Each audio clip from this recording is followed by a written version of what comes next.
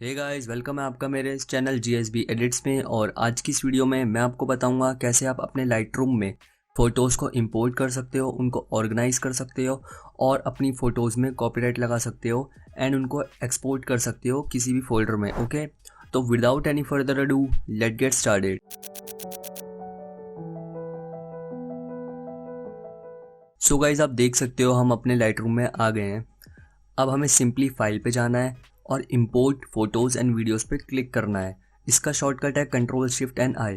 So guys, जैसे ही आप इसमें क्लिक करते हैं आपके सामने एक विंडो ओपन होगा और लेफ्ट साइड में आप देख सकते हैं सिलेक्ट अ सोर्स। ये वो डेस्टिनेशन है जहाँ से आपको अपनी जो डेटा है, आपकी जो फ़ोटोज़ है उसको इंपोर्ट करना है।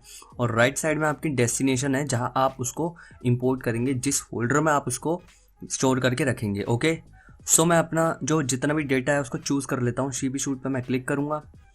यहाँ आप देख सकते हैं मेरी फ़ोटोज़ आ गई हैं।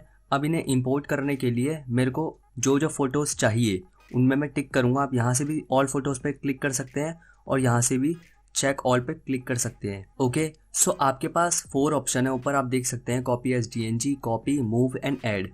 ये चारों अलग अलग काम करते हैं। और ऐड में सिंपली क्या होता है, आपका जो भी डेटा है वो उसी जगह पे रहेगा आपके पीसी में, बस वो लाइटरूम में ऐड हो जाएगा। सो ये तो मैं बिल्कुल प्रीफर नहीं करूँगा। मूव भी मैं प्रीफर नहीं करूँगा। कॉपी सही है। कॉपी में मैं क्लिक करूँगा और राइट साइड में जहाँ मेरे को अपनी फ़ोटोज़ को इंपोर्ट कराना है वो मैं फ़ोल्डर चूज़ कर लूँगा। सो गाइस, ये सी ड्राइव है। डी ड्राइव में मैं क्लिक करूँगा और नीचे मैंने एक फ़ोल्डर क्रिएट किया था डी ड्राइव में, लाइटरूम क्लास 1 के नाम से। ओके, सो मैं इस पर क्लिक करूँगा। इसमें क्लिक करने के बाद सिंपली आपको ये ऐसे ही छोड़ देना है। अब आ जाना है आपको थोड़ा सा ऊपर। फाइल हैंडलिंग को भी मैं ऐसे ही छोड़ दूंगा। फाइल रीनेम को भी ऐसे ही छोड़ दूंगा। हमें कोई भी फाइल को रीनेम नहीं करना है।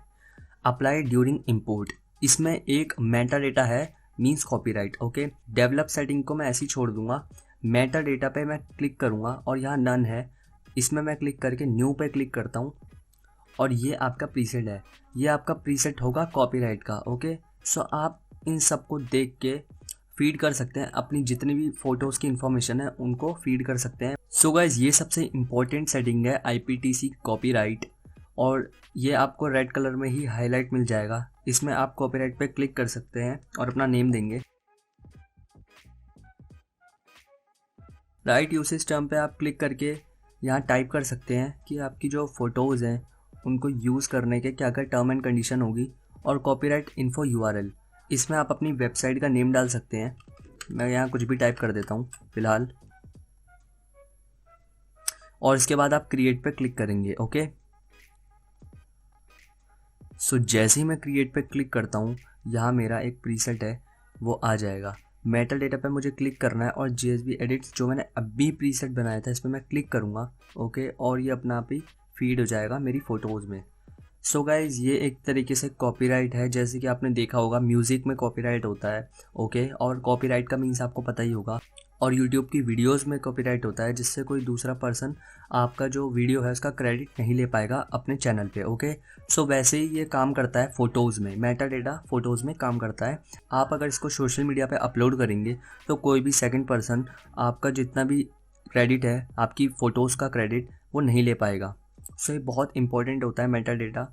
और फिर डेस्टिनेशन में आप आएंगे, यहाँ देख सकते हैं ऑर्गेनाइज में बाय डेट पे मैं क्लिक करूँगा। ओके, यहाँ आपको 3 ऑप्शन मिल रहे हैं लेकिन मैं बाय डेट पे क्लिक करूँगा।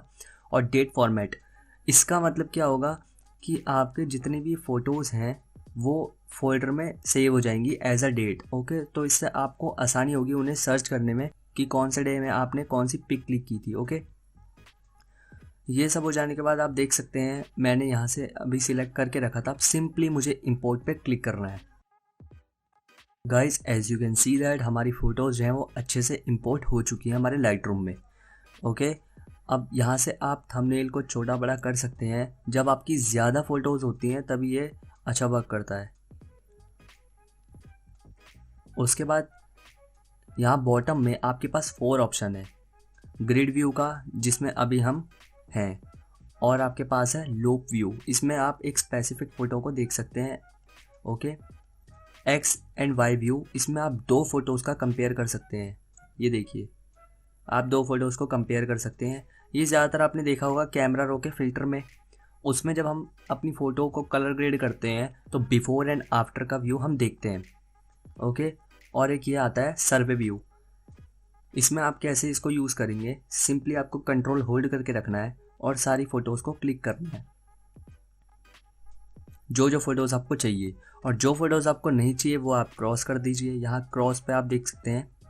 ओके, सो गाइस ये बेसिकली फ़ोटोज़ को देखने के लिए होता है कि कौन कौन सी आपको सबसे बेस्ट फ़ोटोज़ लगी हैं, वो सर्वे करने के लिए ये होता है। ओके, और लास्ट में आता है ये पीपल वाला जो व्यू है, इसके बारे में मैं अभी बात नहीं करूँगा। तो सिंपली हम अपने ग्रिड व्यू में आ जाते हैं। सपोज़ आपको इनमें से कोई एक फ़ोटो को एडिट करना है, उसके बाद उसे एक्सपोर्ट करना है, तो सिंपली मैं यहाँ आऊँगा फोल्डर वाले ऑप्शन में और इसमें क्लिक करूँगा। 2020 का फोल्डर देख सकते हैं जो हमने क्रिएट किया था। राइट क्लिक इसमें मैं करूँगा और क्रिएट फोल्डर इनसाइड 2020 पे मैं क्लिक करूँगा। जैसे ही मैं इसमें क्लिक करूँगा आप देख सकते हैं यहाँ क्रिएट फोल्डर का आ चुका है, और फोल्डर में आप अपना नेम दे देंगे। जैसे यहाँ मैं दे रहा हूँ PSD।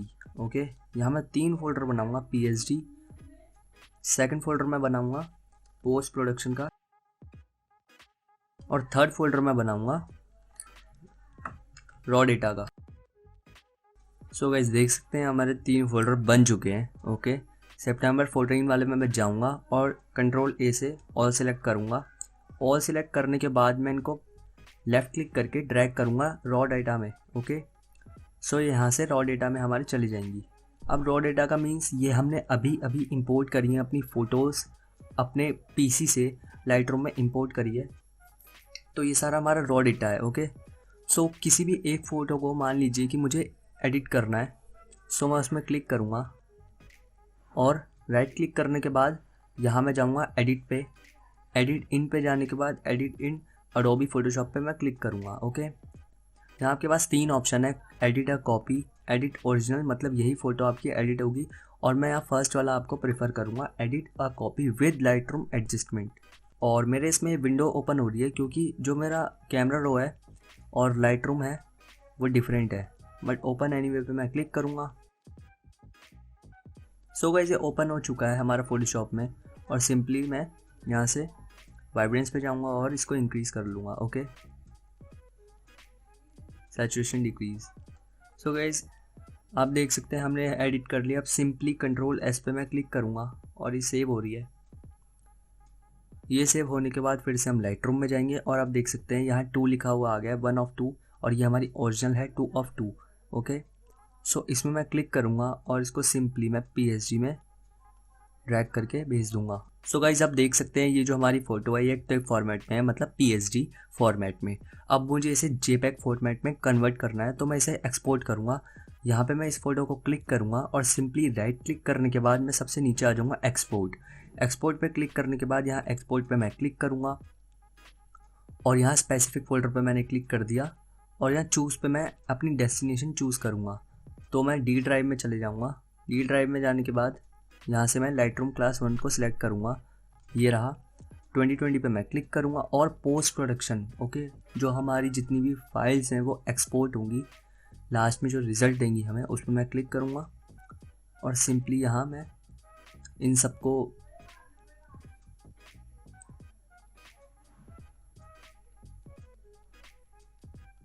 और उसके बाद मैं एक्सपोर्ट पे क्लिक कर दूँगा। एक्सपोर्ट में क्लिक करने के बाद आप देख सकते हैं हमारी पोस्ट प्रोडक्शन में 0 दिखा रहा है। ये इसीलिए क्योंकि अभी हमारा जो डेटा है वो सिंक नहीं हुआ है। कभी कभी लाइटरूम ऐसा करता है। तो 2020 में आप क्लिक करेंगे, राइट क्लिक करने के बाद सिंक्रोनाइज फोल्डर पर आप क्लिक करेंगे। जैसे ही आप देख सकते हैं इंपोर्ट न्यू फोटोज़ 1, मतलब एक फ़ोटो इसने डिटेक्ट कर लिया है। अब आपको सिंपली सिंक्रोनाइज पर क्लिक करना है और जैसे आप इस पर क्लिक करेंगे यहाँ पोस्ट प्रोडक्शन में एक फ़ोटो हमारा शो करेगा। ओके, सो गाइस जैसे ही मैं इसमें कर्सर अपना मूव करता हूँ आप देख सकते हैं edit.jpg, मतलब ये जो हमारा फाइल है, ये जो हमारी फ़ोटो है, ये JPEG फॉर्मेट में कन्वर्ट हो चुकी है। ओके, अब मैं आपको कुछ और कूल फीचर्स दिखाता हूँ ऑर्गेनाइज करने के। जैसे मान लीजिए ये हमारे पास 2 पर्सन्स हैं और ये 1 पर्सन्स की बहुत सारी फ़ोटो हैं, आप देख सकते हैं। लेट्स सपोज आपने शूट किया फूड का, लेट्स सपोज आपने क्लोथ का शूट किया, आपने कमर्शियल शूट किया, और कुछ भी हो सकता है।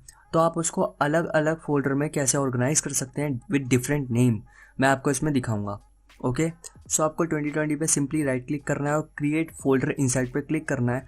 सो आप देख सकते हैं ये फ़ोटोज़ है हमारी और इसमें टू ही पीपल हैं, टू ही पर्सन है, तो मैं इसमें टाइप करूँगा people1 के नाम से और एक और फोल्डर बनाऊँगा people2 के नाम से। सो हमने यहाँ 2 फोल्डर बना दिए हैं, people1 एंड people2। अब मैं सिंपली इसमें क्लिक करूँगा। अब मैं सिंपली people1 में क्लिक करूँगा तो कंट्रोल प्रेस करके मैं दोनों फोटो को सिलेक्ट करके ड्रैग करूँगा। people1 में हमारी 2 फोटो आ चुके हैं, आप देख सकते हैं। इसके बाद people2 में मैं क्लिक करूँगा और सारी फ़ोटोज़ को मैं सिलेक्ट कर लूँगा।